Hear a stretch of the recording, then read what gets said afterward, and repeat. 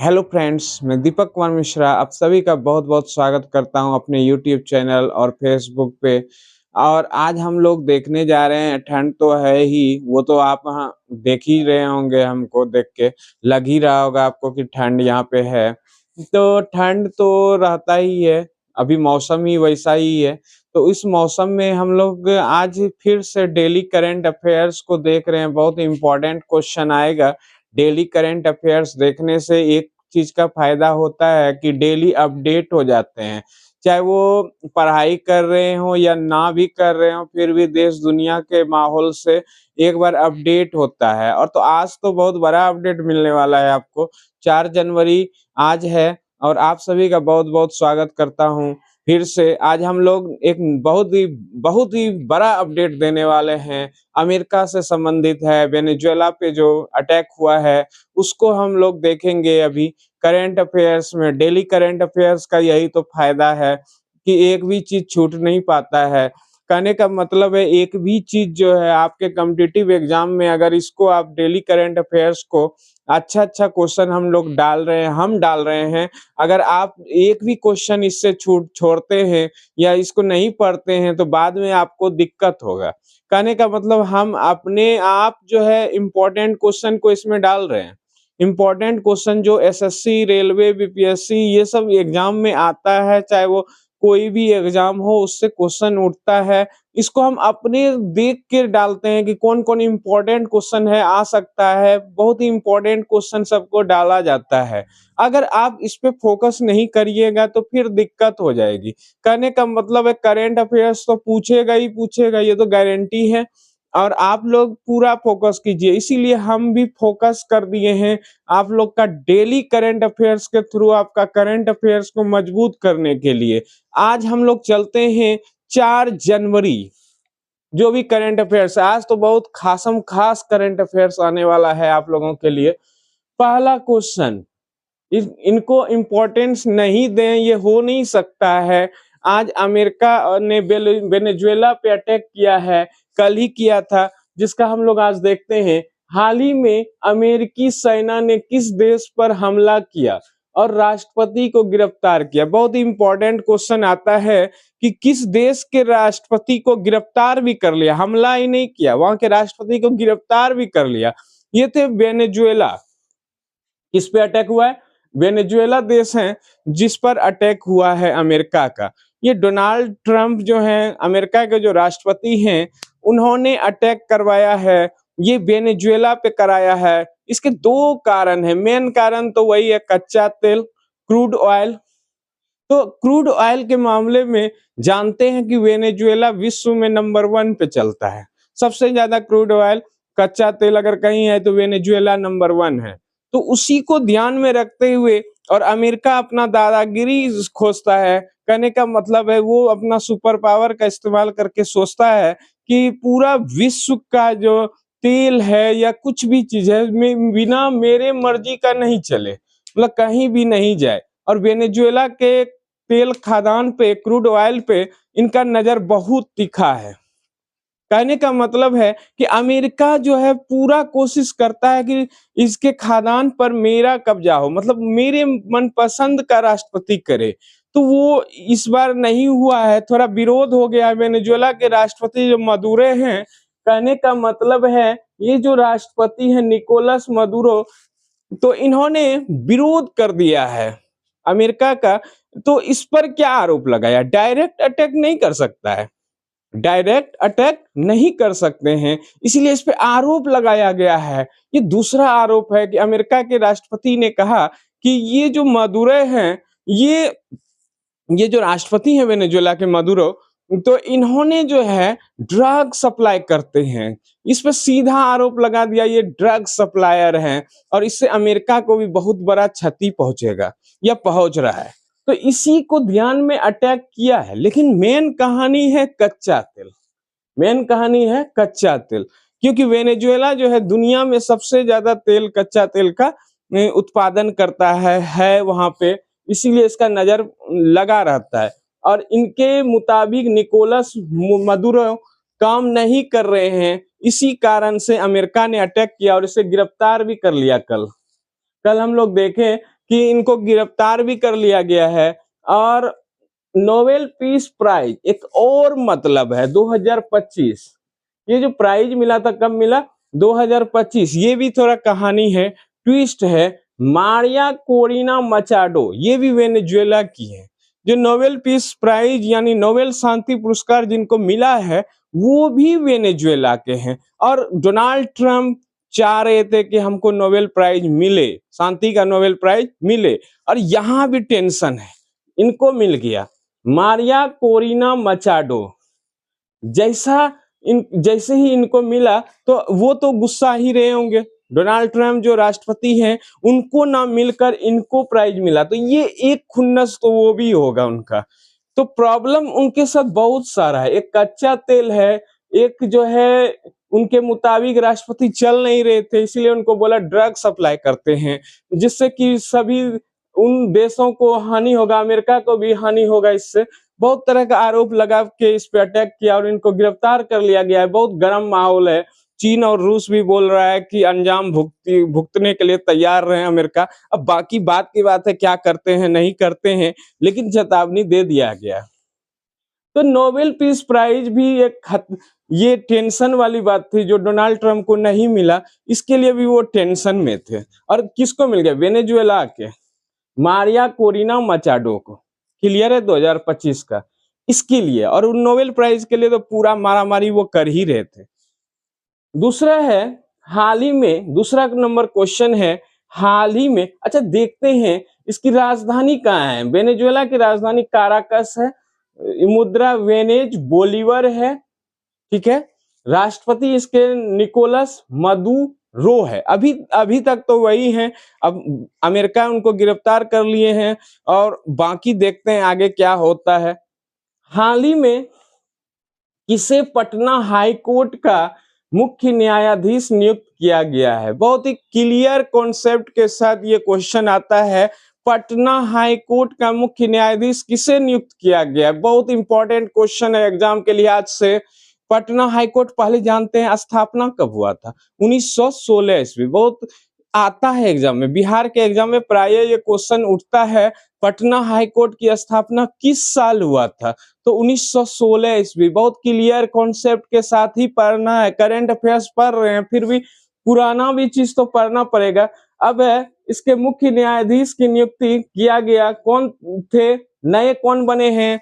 कहने का मतलब हाल ही में किसे पटना हाई कोर्ट यानी उच्च न्यायालय का मुख्य न्यायाधीश की घोषित किया गया यानी नियुक्त किया गया, तो ये जस्टिस संगम कुमार साहू को। किसको, पटना हाईकोर्ट के नए जो मुख्य न्यायाधीश बने हैं, कौन बने हैं, संगम कुमार साहू। क्लियर, बहुत इंपॉर्टेंट। इसके साथ दो और अन्य जगह पे, दो और अन्य राज्य में चीफ जस्टिस नियुक्त किए गए हैं। केरल हाईकोर्ट के नए चीफ जस्टिस कौन है, जस्टिस सोमेन सेन। बहुत क्लियर कॉन्सेप्ट है, केरल हाईकोर्ट के नए चीफ जस्टिस हैं जस्टिस सोमेन सेन। और मेघालय के भी नए चीफ जस्टिस बने हैं रेवती प्रशांत। बहुत ही इंपॉर्टेंट क्वेश्चन एग्जाम के लिहाज से, बहुत इंपॉर्टेंट क्वेश्चन आता है, ये रेवती प्रशांत बने हैं। नेक्स्ट क्वेश्चन, तीसरा नंबर क्वेश्चन है, हाल ही में, बहुत इंपॉर्टेंट, ये भी इंपॉर्टेंट क्वेश्चन है, ये 3 राज्य में चीफ जस्टिस बदले गए हैं, पटना, मेघालय और केरल, याद रखना पड़ेगा। तीसरा नंबर क्वेश्चन है, हाल ही में ऊर्जा अवसंरचना पर साइबर हमलों से निपटने के लिए किस राज्य ने समिति का गठन किया है। बहुत इंपॉर्टेंट क्वेश्चन है, हाल ही में ऊर्जा अवसंरचना पर साइबर हमलों से निपटने के लिए किस राज्य ने समिति का गठन किया है। किसने किया है, गुजरात ने। एक्चुअली होता क्या है, ऊर्जा जो संरचना है, चाहे वो स्मार्ट मीटर लगा हो, स्मार्ट ग्रिड लगा हो, चाहे कोई भी चीज लगा हो, तो उससे साइबर खतरे के लिए भी, उससे निपटने के लिए भी तैयार रहना पड़ेगा। जितना नया चीज बनाइएगा, आधुनिक चीज बनाइएगा, उस पर खतरा भी बहुत रहता है। क्लियर है, तो इसी के लिए गुजरात ने बनाया है। अब आते हैं गुजरात के बारे में थोड़ा चर्चा। गुजरात 33 साल बाद, 33 इयर्स बाद टाइगर स्टेट के रूप में उभरे हैं। 33 साल के बाद पुनः टाइगर स्टेट के रूप में घोषित किए गए हैं। और गुजरात के सीएम कौन है, भूपेंद्र भाई पटेल। गुजरात में अर्थ समिट 2025 भी हुआ है, क्लियर कर दें, गुजरात में अर्थ समिट 2025 भी हुआ है, ये गांधीनगर में हुआ है, ये भी क्वेश्चन आ सकता है। और ग्रीन टाउन, जो देश का पहला ग्रीन टाउन बना है मोढेरा, कहाँ बना है? मोढेरा, ये अहमदाबाद के आसपास है और यहीं पे मोढेरा में को ग्रीन टाउन के रूप में घोषित किया है। तो गुजरात के बारे में जान गए हम लोग बहुत कुछ। अब नेक्स्ट आते हैं, चौथा नंबर क्वेश्चन है, हाल ही में किस देश के खिलाड़ी उस्मान ख्वाजा ने अंतरराष्ट्रीय क्रिकेट से संन्यास लिया है? तो क्लियर सी बात है, ऑस्ट्रेलिया के खिलाड़ी हैं, क्रिकेट खिलाड़ी हैं ये उस्मान ख्वाजा। ये पाकिस्तान मुल्क के हैं लेकिन खेलते थे ऑस्ट्रेलिया से, अभी हाल ही में इन्होंने संन्यास ले लिया है। ये ऑस्ट्रेलिया के तरफ से खेलते थे लेकिन ये पाकिस्तानी मूल के हैं, क्लियर है। और नेक्स्ट आते हैं, 16 वर्ष से, ऑस्ट्रेलिया के बारे में कुछ जानते हैं। ऑस्ट्रेलिया में 16 वर्ष से कम उम्र के बच्चों के लिए सोशल मीडिया बैन कर दिया गया है। बहुत इंपॉर्टेंट क्वेश्चन एग्जाम, और ऐसा करने वाले ये दुनिया के पहले देश बने हैं, क्लियर है। ऑस्ट्रेलिया जो है दुनिया के पहले देश बने हैं सोशल मीडिया पे बैन करने वाले, यानी 16 वर्ष से कम उम्र के बच्चे सोशल मीडिया का यूज नहीं कर पाएंगे, क्लियर। इसके राजधानी कहाँ है? कैनबरा, इनके राजधानी है कैनबरा। मुद्रा है ऑस्ट्रेलियन डॉलर और पीएम है एंथनी अल्बानीज। तो प्राइम मिनिस्टर है एंथनी अल्बानीज और यहाँ की राजधानी है कैनबरा और मुद्रा है ऑस्ट्रेलियन डॉलर। तो यहाँ तक हम लोग क्लियर किए हैं, ऑस्ट्रेलिया के बारे में भी क्लियर किए हैं। ऑस्ट्रेलिया तो ऐसे वर्ल्ड कप सबसे ज्यादा ऑस्ट्रेलिया ही जीता है वनडे वाला। तो ये सारा कहानी हम लोग कॉन्सेप्ट को क्लियर कर चुके हैं। अब हम लोग देखते हैं 5वां नंबर क्वेश्चन, बहुत ही इंपॉर्टेंट क्वेश्चन आता है, करंट अफेयर्स का बहुत ही इंपॉर्टेंट क्वेश्चन है। 5वां नंबर क्वेश्चन है, हाल ही में कहां पे भौरम देव कॉरिडोर परियोजना की आधारशिला रखा गया? तो भौरम देव कॉरिडोर परियोजना जो है स्वदेश दर्शन योजना 2.0 के तहत ये किया जा रहा है और ये काशी विश्वनाथ जो कॉरिडोर है उसी के तर्ज पे किया जा रहा है। इनका उद्घाटन जो है छत्तीसगढ़ के सीएम जो है, आधारशिला जो है छत्तीसगढ़ के सीएम विष्णुदेव राय और विष्णुदेव साय हैं और दूसरा है गजेंद्र सिंह शेखावत। तो ये दोनों जल शक्ति मंत्रालय के मंत्री हैं। तो वो दोनों मिलकर आधारशिला इसका रखे थे। 146 करोड़ की लागत से इसका ये परियोजना बनने वाला है। ये भौरम देव परियोजना ये छत्तीसगढ़ में है। 146 करोड़ की ये परियोजना है। दूसरा है स्वदेश दर्शन योजना 2.0 के तहत ये परियोजना बनेगा, यानी कि स्वदेश का दर्शन करना है। नरेंद्र मोदी जी की ये योजना है कि स्वदेश का, अपने देश का दर्शन करने की ये योजना है।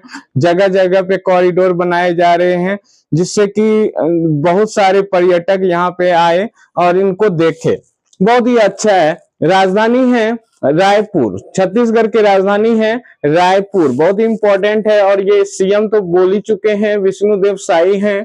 नेक्स्ट आते हैं, एक और इम्पोर्टेंट चीज है इसमें, खेलो इंडिया जनजातीय खेल 2026 का आयोजन किस राज्य में किया गया? तो खेलो इंडिया जनजातीय खेल का आयोजन 2026 में होगा, किया नहीं गया, होगा, और ये छत्तीसगढ़ में होगा। इंपॉर्टेंट है, अब होने वाला है। नेक्स्ट है 6ठा नंबर क्वेश्चन है, हाल ही में 44वीं junior national kho kho championship किस शहर में होगा?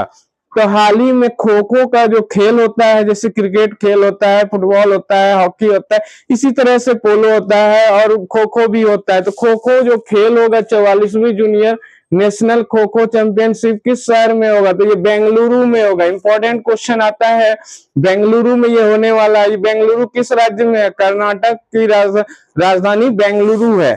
तो यहाँ पे इसरो का मुख्यालय भी है, बहुत इंपॉर्टेंट क्वेश्चन है। इसरो का मुख्यालय भी बेंगलुरु में पड़ता है और वहीं पे है, ठीक है।